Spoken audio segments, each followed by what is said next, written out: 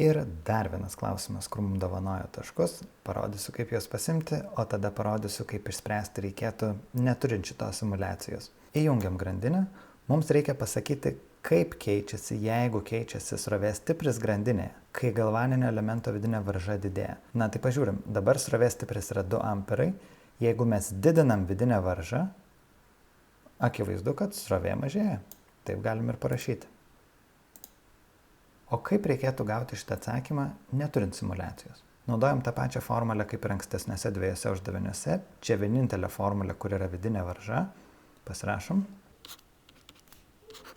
Vidinė varža sroviai yra atvirkščiai proporcinga, nes yra vardiklyje. O atvirkščiai proporcinga reiškia, kad jeigu vienas didėja, kitas mažėja. Tai šiuo atveju didėjant vidiniai varžai mažėja srovė.